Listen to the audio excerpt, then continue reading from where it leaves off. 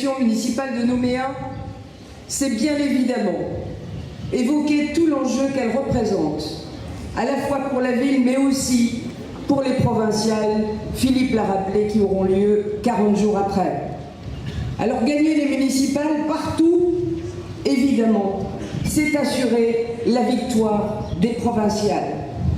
Jamais des élections n'auront été aussi importantes. L'enjeu est majeur, chacun l'a compris. Les élus qui seront désignés par les Calédoniens aux provinciales auront la lourde responsabilité de trouver une sortie à l'accord de Nouméa. Ils auront la lourde responsabilité de construire un projet de société. Ils auront le devoir de mesurer le chemin parcouru depuis 25 ans où nous avons partagé, où nous avons avancé ensemble vers la construction d'une Nouvelle-Calédonie enfin réconciliée avec elle-même. Ce chemin, c'est celui du rééquilibrage, c'est celui de la formation des hommes et des femmes, c'est celui du développement économique, c'est celui du destin partagé, mais c'est avant tout celui de l'avenir. Alors, comment poursuivre cette construction alors que la revendication indépendantiste demeure pour les uns et l'attachement profond à la France pour les autres? J'en fais partie. Vous en faites partie. Car les valeurs de la République sont le ferment de notre histoire si singulière. Comment la Nouvelle-Calédonie se pourrait se passer des valeurs de liberté, des valeurs d'égalité et des valeurs de fraternité?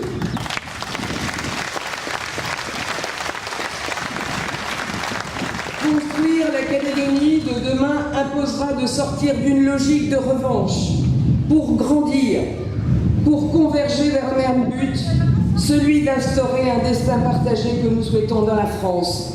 Car ne l'oublions pas, la France est généreuse.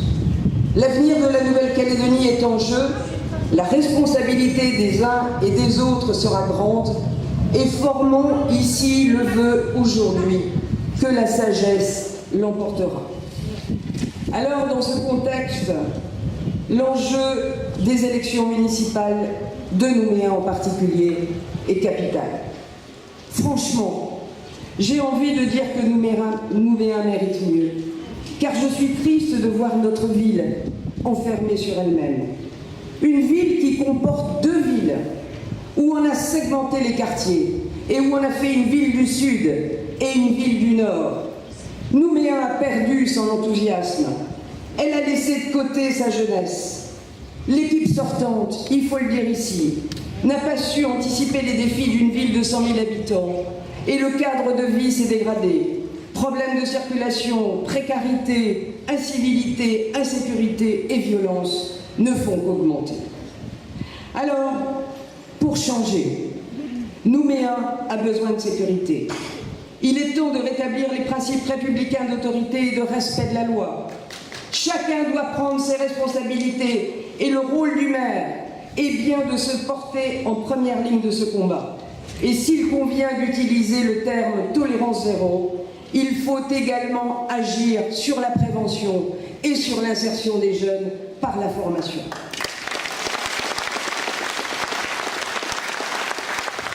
Pour changer, Nouméa a besoin de démocratie. Construire une ville intelligente, moderne, c'est fédérer les énergies et les initiatives. C'est créer les conditions d'une vraie gestion participative en associant les habitants des quartiers à la réflexion et à la définition des projets. Ça ne s'est jamais fait. C'est améliorer le quotidien de Nouméa, c'est d'impliquer à chacun, au conseil municipal, dans l'exécutif, d'être à l'écoute des quartiers et être au cœur et mettre les quartiers au cœur de la concertation et du dialogue. C'est construire ensemble dans une démarche citoyenne. Pour changer, Nouméa a besoin de justice et de solidarité. Les quartiers nord, je le disais, ont été délaissés par rapport au sud. La fracture est de plus en plus visible en termes d'aménagement des quartiers et c'est toute la ville qui en subit les conséquences. Et il n'y aura pas, mes chers amis, de réelle qualité de vie sans solidarité. Pour changer Nouméa, a besoin d'une ambition, d'une vision ambitieuse de l'avenir. Et nous devons répondre aux espoirs de la jeunesse. Nous devons accorder plus de place à l'animation de la ville et du centre-ville. Et nous devons faire plus de place à la culture afin de créer des passerelles entre les communautés. Nous devons faire plus de place au sport, mieux prendre en compte les associations et les clubs, car nous croyons aux valeurs du sport, vecteur d'intégration sociale et du vivre ensemble. Et nous devons mettre en valeur notre patrimoine et valoriser notre histoire pour donner à chacun la possibilité de se réaliser et de trouver sa place. Pour changer, Nouméa a besoin de prendre en compte ses seniors, tout comme sa jeunesse. Quelles sont leurs aspirations? Quels sont leurs désirs? Y répondre, c'est d'abord les écouter, mais c'est surtout les entendre et adapter le développement de la ville et des quartiers en fonction de ses aspirations.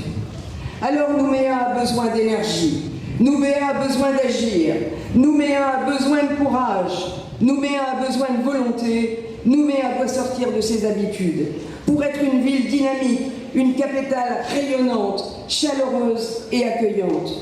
Une capitale qui vit au rythme de ses cultures, qui offre une véritable qualité de vie à ses habitants, qui bouge avec les Nouméens et qui bouge avec le monde. Faire battre le cœur de Nouméa, c'est libérer les initiatives, c'est réussir le trait d'union entre tradition et modernité, entre vie urbaine et lien à la terre, et c'est aussi créer du lien intergénérationnel. Gagner Nouméa nécessite l'implication et la détermination de toutes et tous. Et Nouméa, je vous le dis, est à notre portée. Alors, je ne peux pas m'empêcher ici quand même, Philippe a commencé, mais juste de se faire un petit plaisir puisqu'on est entre nous. Alors vous savez, Gaël Yano, l'homme qui croit encore au miracle, qui cherche l'investiture UMP en pensant que cette étiquette va lui ouvrir la voie royale, c'est le nouveau champion de la transparence. Il veut faire de la politique autrement, il a dit. Mais comme champion de la transparence, il faudra repasser. Parce que s'il est aujourd'hui à Paris pour briguer une investiture UMP, eh bien il est parti parce qu'il s'est fait payer un billet d'avion par la commune de Nouméa pour aller au congrès des maires et il en a profité pour aller se faire investir à l'UMP. Alors comme champion de la transparence, eh bien on peut faire mieux. Mais ça, il ne va pas s'en vanter. Alors notre virac local, je sais que ça fait plaisir toujours quand on dit ça, mais bon. Alors il a écrit une lettre aux Nouméens. Sans doute que certains d'entre vous l'ont reçue. Il dit « J'ai 52 ans. Je suis comptable. Je suis au conseil municipal depuis 25 ans. Dans 13 ans, en tant que premier adjoint, je connais bien la mairie. Moi, j'ai l'expérience. Je veux être maire. Alors faites-moi confiance. » Alors on pourrait rajouter que s'il avait eu des idées depuis 25 ans, ben, il y a longtemps que ça se saurait.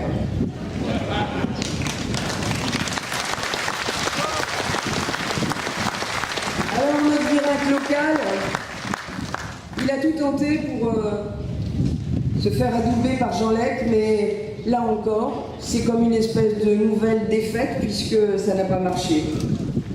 Alors il a annoncé sa candidature. Il a monté son petit parti après une déprime sérieuse suite à la raclée des législatives. Et puis le voilà qui se sent pousser des ailes et puis il se drape dans une espèce de virginité toute nouvelle. Il est sur tous les fronts. Il est dans le journal tous les jours. Il est sur la centrale à charbon, il est sur la sécurité, il est sur l'avenir institutionnel, il est même sur les logements sociaux, ça c'est nouveau. Il fait peu tout bois pour exister jusqu'à traiter un ministre guadeloupéen, le ministre des Outre-mer, de néocolonialiste. Il a enregistré des conversations privées qu'il a eues avec le Haut-Serre et avec le ministre. Et il n'a pas pu s'empêcher de les diffuser sur le net. Et il a enfin falsifié des documents du gouvernement portant des accusations récemment sur Philippe Gomez. Alors c'est ça qu'il a appris à l'Assemblée nationale. Mais c'est une honte, parce que ça sont des méthodes de voyous et qu'on ne peut pas accepter. Alors quand on se dit le rassembleur aujourd'hui, c'est quoi? C'est avant tout un diviseur, celui qui a divisé le RIP.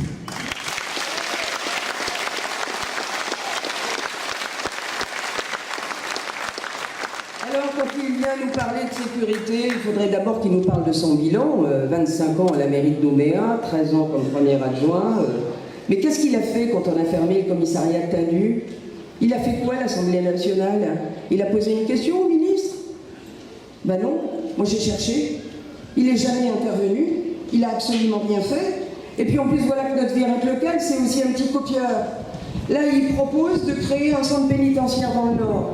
Eh bien, moi, j'ai envie de vous dire, heureusement qu'il y avait 2 députés à l'Assemblée nationale qui ont défendu ce projet, parce que ce projet, il ne figurait pas dans la promesse de Yano, vous savez, la prison à Taquitacoin, parce que même Daméa n'en voulait pas.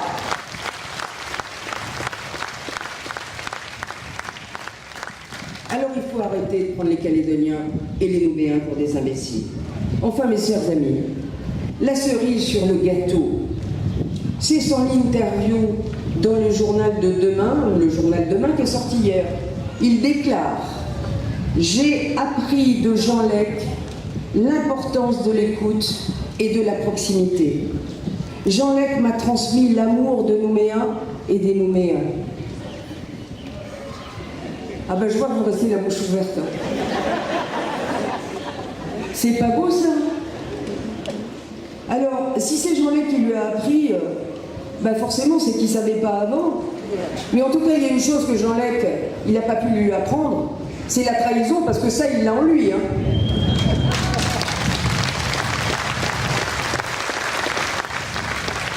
Alors moi, ça me fait doucement rigoler, franchement. Parce que quand il nous dit que Jean Lec lui a appris l'écoute, moi je voudrais savoir si ça a marché, pas vraiment. Parce que s'il avait écouté le message de Jean Lec sur l'écoute, eh ben, il aurait d'abord écouté les Calédoniens avant de monter tout seul le drapeau à la mairie. Hein. Et la proximité, il replacera aussi. Et enfin, sur l'amour de Nouméa, quand même, ça nous amène à nous poser la question. Mais il n'est pas né avec. Il a fallu qu'on lui apprenne l'amour de Nouméa et des Nouméens.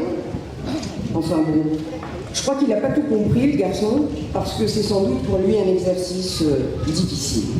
Ce que j'ai envie, pour en terminer, c'est de vous dire que nous, on n'a pas besoin d'apprendre ces choses-là. Nous, on sait ce que c'est que la proximité. Nous, on sait ce que c'est que d'avoir Nouméa et la Calédonie chevillée au cœur. Parce qu'on n'a pas besoin de se forcer, parce que c'est dans nos gènes, parce que c'est naturel, parce que c'est nous. Nous tous ici, évidemment.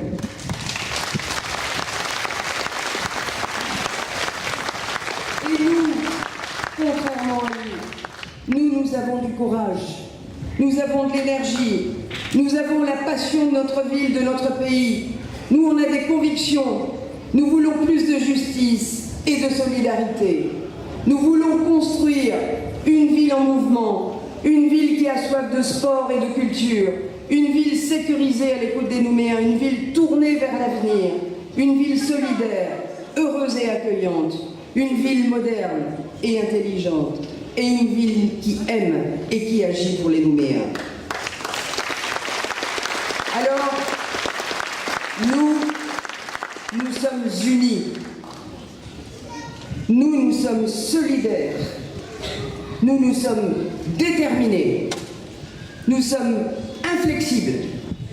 Et ensemble, nous allons réveiller Nouméa. Parce qu'avec nous, ça va changer. Merci.